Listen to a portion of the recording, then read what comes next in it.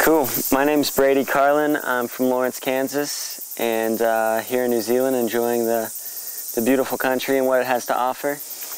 And art is central to every culture, especially in New Zealand.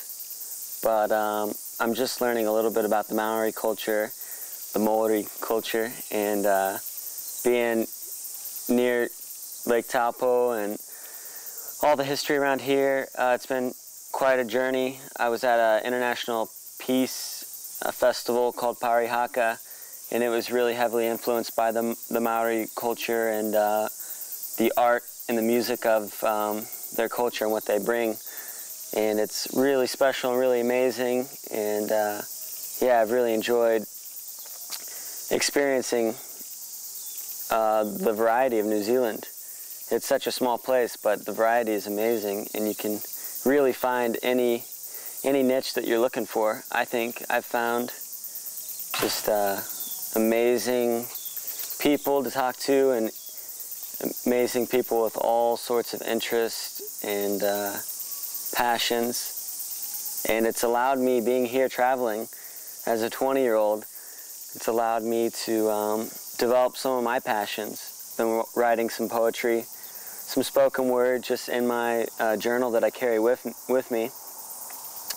And it's allowed me to vent all this creative passion that I have from being here and traveling around. I've traveled with friends and I've traveled by myself, but even when I'm traveling by myself, it's like I'm around friends because I meet new people every day and just really inspiring, happy people. But what's the biggest thing that you've learned for yourself? Cool. Traveling.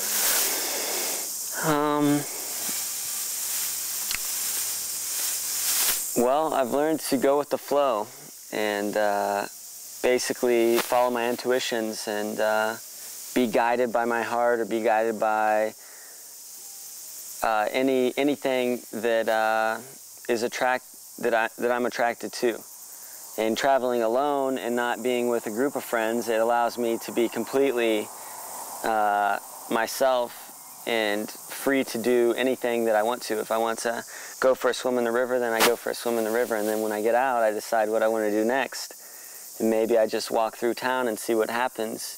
Maybe I bump into somebody that I met before and they invite me to go somewhere, or I'll call up a place in my WWOOF book, the organization that I've been involved with off and on since I've been here for 4 months. It's the Willing Workers on Organic Farms organization. It's a nonprofit where you become a member online, and they send you a book of 900 to 1,000 places that you can call up anywhere in New Zealand, you know, and they're divided into regions, and you have a paragraph to read about the place.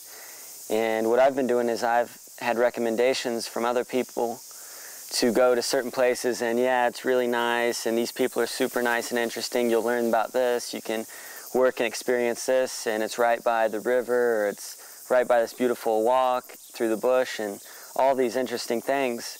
So anywhere I am, I have the opportunity to volunteer for a few hours a day, and for my accommodation and food, and get to learn about interesting new things as well. Awesome. How did you find out about woofing? Well, I'd heard about it a little bit in the States from some friends. They tipped me off to it, and it's actually, you know, in a ton of countries around the world. And I didn't know that it was in the States as well until coming here. But, you know, thinking about what I wanted to do, traveling, kind of having some blocks of a couple weeks that I might want to put towards kind of one place to be and set up and participate. Woofing seemed like the best alternative. I was online just searching different alternatives, and woofing had what I was looking for. Yeah, super variety of people and farms and retreats, and yeah. Is there anything you'd like to say to your friends? At home? Well, yeah, New Zealand's amazing. I want you all to come here and be with me, especially the family and friends from Kansas and Yosemite and all over. I miss you guys. How long do you plan to stay out traveling for? Cool. Like I said, I've been in New Zealand for 4 months. It's been wonderful, but you know, it's been a wonderful journey, a pilgrimage. I've just learned so much about myself and about the world and how it works and spirituality and all these things that I'm exploring kind of for the first time. It's been amazing, but I also feel drawn back home. Like, you know, you could say I'm a little homesick, but I do miss my friends and family, and it's just, there's nothing like the feeling of being home and being in that comfortable, warm surrounding by people that you've known for years and years that, you know, have things that others don't. But I think that I'll probably stay here for another 6 months, 4 to 6 months maybe, then a couple months in Australia probably before I go back home. But who knows? It could all change. It's all up in the air, and that's what I like about the adventure of traveling.